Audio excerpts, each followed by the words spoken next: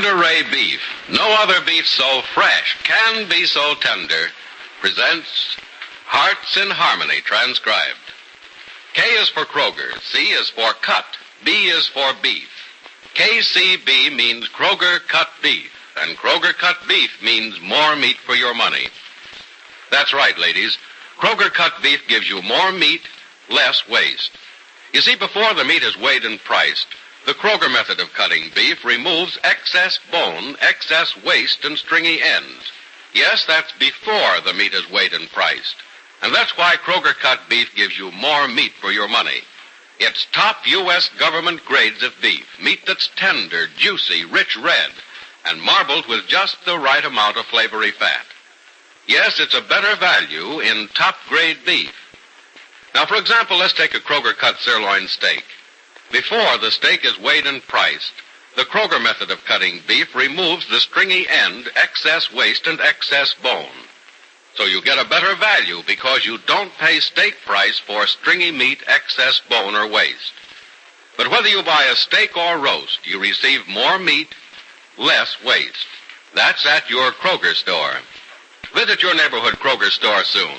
Make it a rule to buy Kroger cut beef and get more meat for your money. And now, Hearts in Harmony. Master swindler Robert Wilson has apparently fallen into the trap set for him by Penny Gibbs' boss, lawyer Frank Carter. Tonight, Wilson is coming to see Carter. It's late afternoon now, and in Carter's home, Penny says, "What did Mr. Wilson say on the telephone?"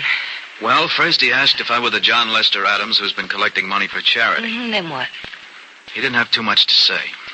As soon as he was sure he was talking to the right man, and, oh, brother, he should know who he was really talking to. No, let's hope he never finds out about that till it's too late. Well, if we're smart, he won't. Yeah.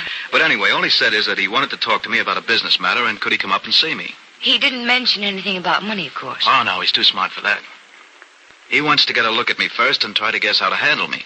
I guess what we should be worrying about is how to handle him.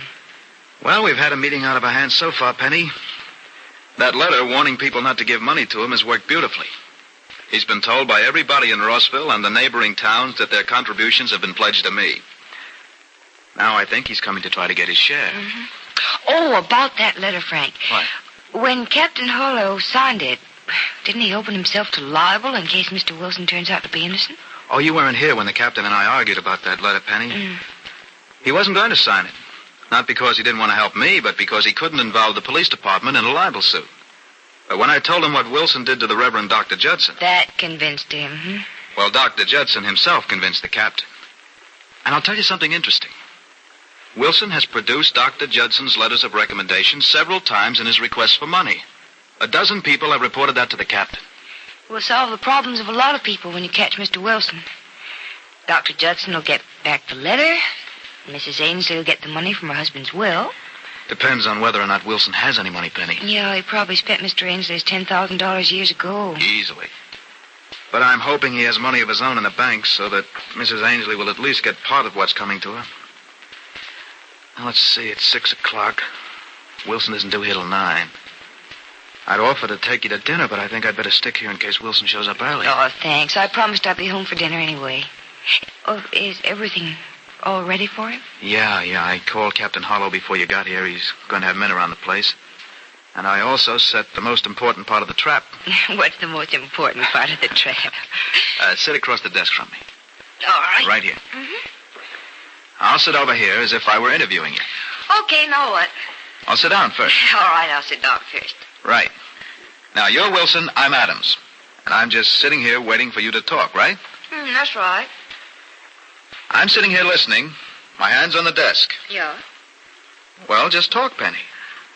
Say a few words. I'll have a little surprise for you. All right. I'll pretend I'm Mr. Wilson, okay? Mr. Adams, I want to talk to you about the organization I represent. Now, we're raising funds to build a home for homeless children, and I'd like your assistance in raising the money. That's enough, Penny.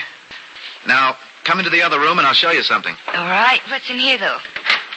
A little surprise I have for you. Maybe you can guess what it is. Well, I have an idea that cabinet has something to do with it. A good guess, Penny. This is a recording machine. Now listen, and you'll hear your voice.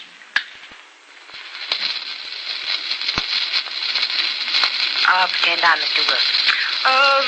Mr. Adams, I want to talk to you about the organization I represent. Now, we're raising funds to build a home for homeless children, and I'd like your assistance in raising the money. That's exactly what you said to me in the other room, isn't it? Yeah, it sure is. And you didn't see me turn on a switch of any kind, I'm sure. No. I think I know what you did, though. Well, come out in the other room again, and I'll show you. All right.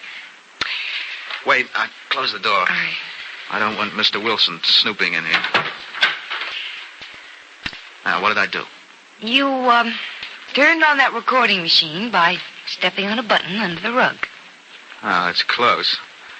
Actually, I pushed a switch under the desk with my knee. It's a switch instead of a button, so the machine will keep recording even if I move around the room. It's a smart idea, but where's the microphone? Aha, that's the smartest thing of all. It's that inkwell built into the desk set here. Never guess it wasn't an inkwell, would you? No, I should say not. You know why? Because No. it is an inkwell. An inkwell and a microphone. Oh, I'd never know it. Did you get it especially for the meeting? No, I've had it a long time. Ever since I was a freshman in college, in fact. I had ambitions to become a detective then, and I devised all sorts of tricks like this. There were other microphones hidden in the room, too. But you'll never find them, I guarantee. All right, wait a minute. There's one in that lamp over there. Mm-hmm. But where in the lamp? Oh, probably inside the shade. Nope. It's built in the lamp base. And if you'll notice, the entire base is mesh wire. Mm-hmm. Doesn't look suspicious, does it? No, it just looks like a nice lamp. Where's another microphone? You see that etching on the wall there? Mm-hmm. Is it, behind the picture? It's part of the picture, Penny. The face of the microphone is behind the cathedral window at the top of the etching. Come over here close and you'll notice something else. Oh, that mounting must be 2 inches thick. It is, because the microphone is embedded in the mounting. You see any wires? No, only the wires holding up the picture. Those are the microphone wires. Going into the wall, through the next room, and the recorder. No microphone wires show anywhere in here, Penny, because wires are a giveaway. And I suppose men like Mr. Wilson always look for things like hidden microphones, hmm? Well, if they don't, they should. And I think Wilson will. I think I'm all set for our friend Wilson, don't you? Yes, I should say so. Now all we need is a little luck and Wilson with a loose tongue. When will the police get in here? They'll be here pretty soon. Captain Harlow said they'd come in the back way and keep out of sight just in case Wilson is suspicious and does a little prowling around himself before he comes in. Well, you don't think he is suspicious, do you? I mean, there's nothing for him to suspect. No, there isn't.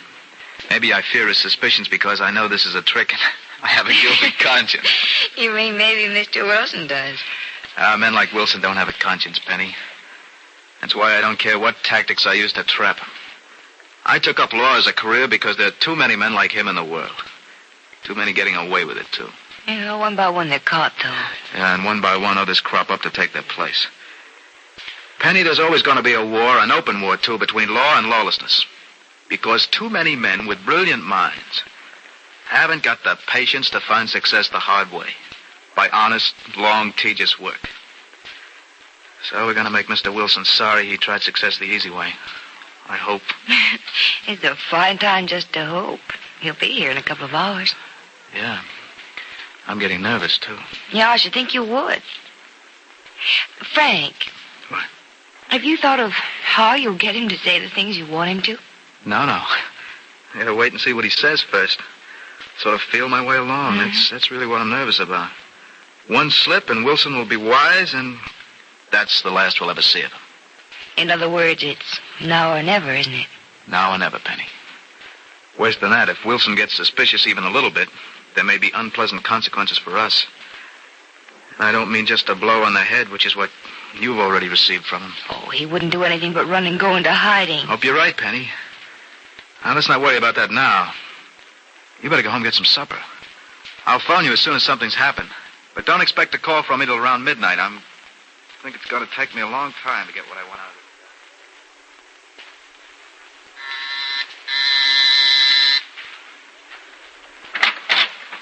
Oh. Hello, Mrs. Peterson. Oh, Mr. Wilson, come in. I intend to. I thought you were in Wayne City. I was. I just got back. I suppose you got a lot of money from those people you went to see. Why do you do it, Mr. Wilson? Why do you... I didn't collect a cent, not one puny cent. You didn't? Why not?